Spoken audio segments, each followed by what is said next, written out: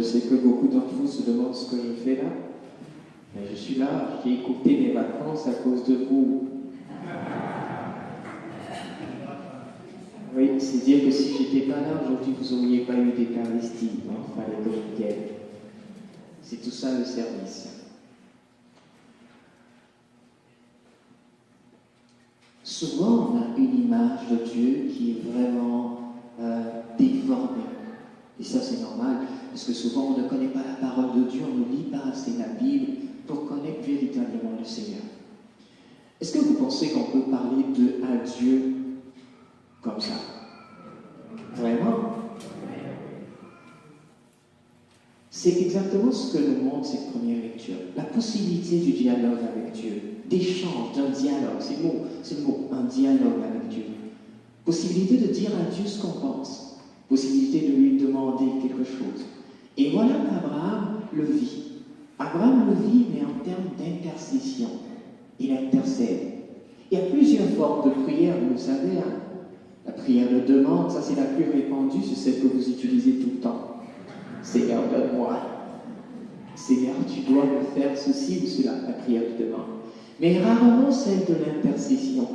Et là, Abraham nous donne un bon exemple. Il est juste, Abraham. Il n'a rien à se reprocher, non. Mais ce qui est beau, c'est l'insistance d'Abraham, le marchandage d'Abraham. Il aurait pu dire, j'ai rien à foutre avec ce péché des autres, c'est eux qui ont péché. Moi, je suis juste devant le Seigneur. Mais il se fait solidaire des deux vies. Il veut sauver les autres.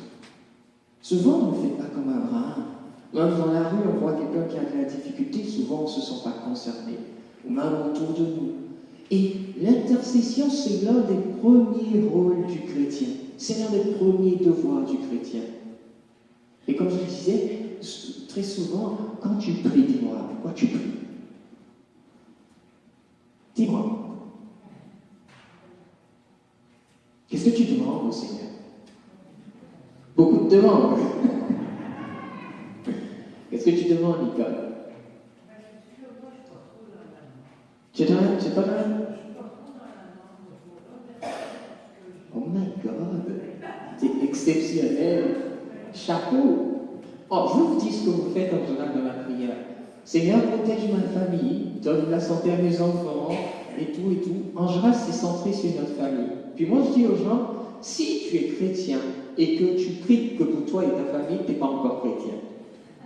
Parce que le chrétien se tourne vers l'humanité. Le chrétien, comme Abraham, veut que tout le monde soit sauvé. Le chrétien ne pense pas qu'à lui, il pense aussi aux autres qui en ont besoin. Il aime son prochain comme lui-même. Ce qu'il demande pour lui, il le demande aussi pour son prochain. Donc si tu demandes que pour toi, il y a quelque chose qui ne fonctionne pas. Et Abraham nous montre le chemin. Intercession. Et le monde a besoin d'intercesseurs. Le monde qui va mal. Vous serez surpris de voir que ce sont les mêmes péchés de Sodome qu'on retrouve encore aujourd'hui. L'homme ne change pas. Mais Abraham intercède. Il supplie le Seigneur. Il faut des gens pour se lever, pour supplier le Seigneur pour l'humanité. Qui en a besoin? Qui se perd? Regardez tout ce qu'il y a autour de nous, du jour le jour. D'autres qui ont service des autres. Des plus riches qui deviennent encore plus riches, des plus pauvres qui deviennent encore plus pauvres. Le monde a besoin d'intercesseurs. Est-ce que tu peux dire à ton voisin, le monde a besoin de ton intercession?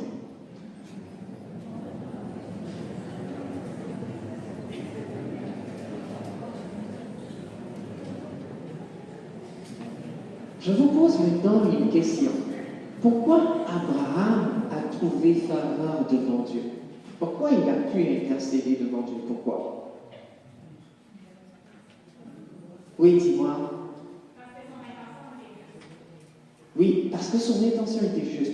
Parce que Abraham même était juste. La justice devant Dieu est très importante. C'est parce qu'il est juste devant Dieu qu'il peut intercéder devant Dieu.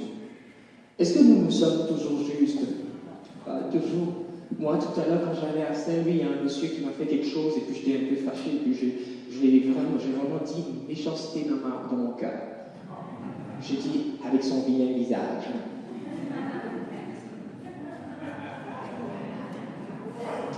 Vous voyez que tout de suite, non, aujourd'hui, moi, je paye le ticket, tant mieux pour moi. Mais vous voyez un peu comment souvent on perd facilement la justice devant Dieu. Ça concerne tout le monde. Mais nous, on est chanceux. Avant Abraham, du temps d'Abraham et du temps des Juifs, il fallait offrir un sacrifice avant d'être juste devant Dieu. Si tu as péché, tu offres un sacrifice d'expiation de péché pour que ton péché soit pardonné. Mais nous, on a autre chose. On est déjà pardonné à cause de celui qui est mort pour nous sur la croix. En réalité, quand tu as péché, pour retrouver ta justice, c'est très simple, c'est de regretter ton péché, de demander à Dieu de te pardonner et d'être sincère. Déjà, tu as acquis le pardon. Bon, tu peux aller aussi te confesser, bien sûr. Mais c'est vraiment déjà une grâce particulière. Par le sacrifice de Jésus, nous retrouvons la justice. Et on n'a pas besoin donc de faire des sacrifices extraordinaires pour pouvoir parler à Dieu. Nous pouvons parler à Dieu à tout moment. Juste en disant, c'est vrai, moi j'ai péché, mais je te demande pardon. Et Jésus a payé le prix pour mon pardon. C'est ce que Saint Paul nous dit dans la deuxième lecture. Et il dit aussi autre chose. Par le baptême, vous avez été mis au tombeau avec le Christ. Avec lui, vous avez été ressuscités. Pourquoi nous sommes ressuscités? Normalement, la résurrection intervient après la mort, je pense. Mais pourquoi Saint Paul dit, vous êtes déjà ressuscités avec le Christ? Pourquoi? Par le baptême. Oui, dis-moi, c'est quoi ton prénom? Ton prénom? Cathy, dis-moi.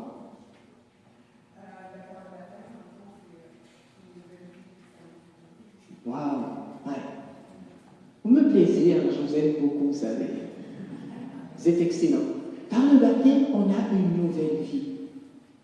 Adam meurt en nous et Christ naît en nous. C'est-à-dire Adam qui désobéit à Dieu, le côté de nous qui est désobéissant à Dieu, le côté de nous qui se révolte contre Dieu meurt dans le baptême et Christ naît en nous. Nous devenons une nouvelle création, une nouvelle créature. Voilà comment nous sommes déjà ressuscités avec le Christ. Mais nous pouvons vivre comme des personnes qui ne sont pas ressuscitées. C'est pour ça que Saint Paul nous rappelle que vous êtes déjà ressuscités. Alors comportez-vous comme des gens qui sont ressuscités. Dis à ton voisin, tu es ressuscité, voyons.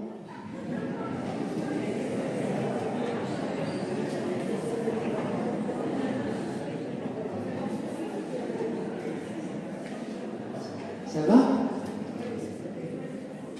Cathy, est-ce que je continue? Je continue? Ok, Cathy a dit que je continue. Maintenant, je vais choisir les personnes que je sais qui vont dire oui. Je ne vais pas me faire jouer le coup de la dernière fois. Alors, dans l'Évangile, je sais que cette prière du Père, vous avez entendu plusieurs fois, plusieurs interprétations. Mais je vais essayer, quand on va découvrir, moi je ne vais pas revenir sur ce qui est dit tout le temps, ça devient redondant, mais on va découvrir autre chose. Vous êtes d'accord? Faites attention. Est-ce que vous avez déjà vu dans l'Ancien Testament, dans une prière où on parle de Dieu comme Père? En général, dans les psaumes notamment, on dit Seigneur Dieu Tout-Puissant, Seigneur Créateur du ciel et de la terre, du ciel et de la terre. Seigneur Dieu des armées, l'Éternel. C'est comme ça qu'on l'appelle.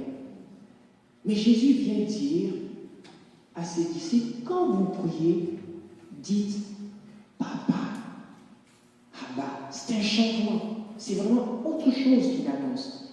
Désormais, Dieu n'est plus l'Éternel, le Tout-Puissant qui est trop loin de toi. Il est ton Papa. Quand tu pries, dis Papa. Quelque chose m'a toujours frappé. Le Seigneur lui prie pendant des heures, on dit, il passait des nuits à prier. Pourquoi lui qui est fils de Dieu, il passe des nuits à prier? Est-ce qu'il avait besoin de prier?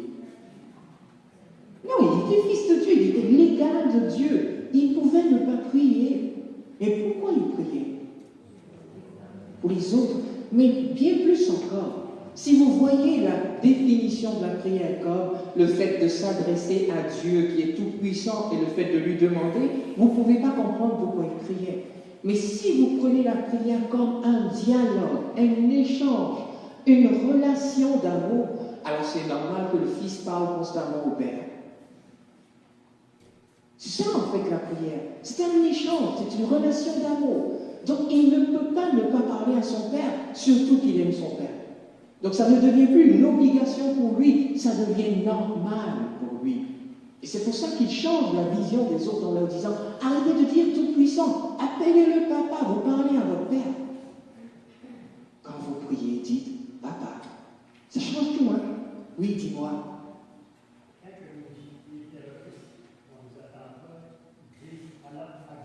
Oui. Ça, c'est trop compliqué pour moi. Est-ce que ce serait pas bon?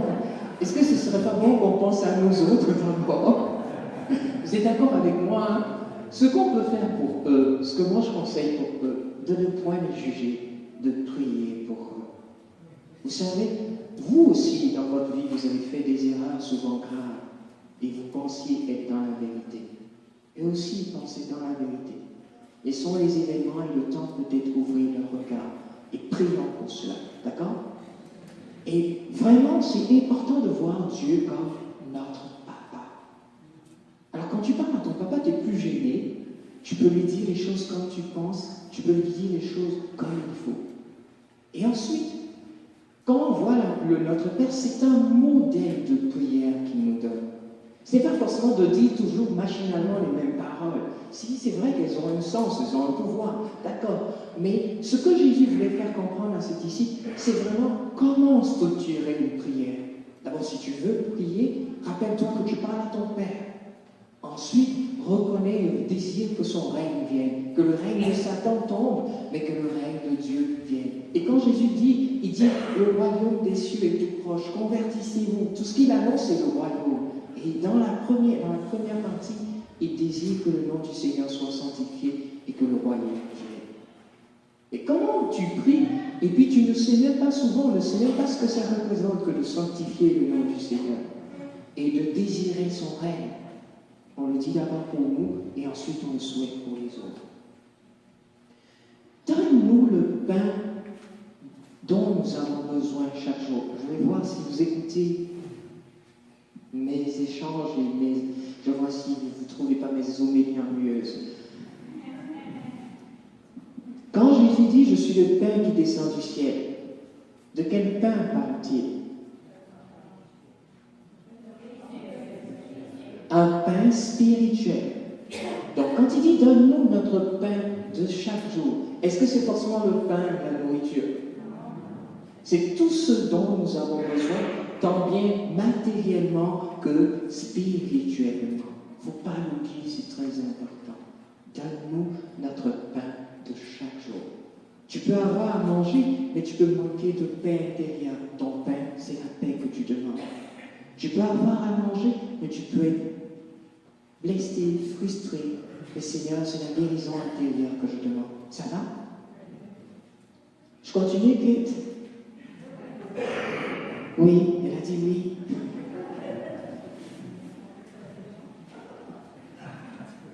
C'est important que je puisse bien vous partager ces choses-là parce que c'est vraiment, je crois, profitable pour tout le monde.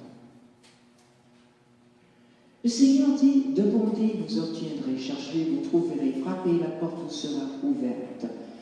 Et il dit, lequel d'entre vous va donner un poisson à un serpent, à son fils, il lui demande un poisson, un scorpion, s'il lui demande un œuf. Puis la suite est bizarre.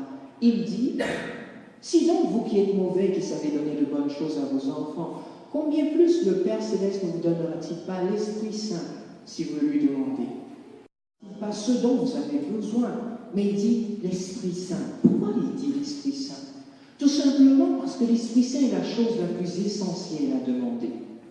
Quand on prend au chapitre 14 de Luc, il dit, ne vous souciez pas de ce dont vous allez manger, de ce que vous allez boire, de ce dont vous allez vous vêtir. Ce sont les païens qui recherchent ces choses-là. Vous, recherchez le royaume des cieux et sa justice, et le reste vous sera donné par surcroît. Et qu'est-ce qui nous permet d'être juste égal à quoi? À ça, n'est-ce pas? Qui nous sanctifie? Dieu, mais par qui? Par l'Esprit Saint.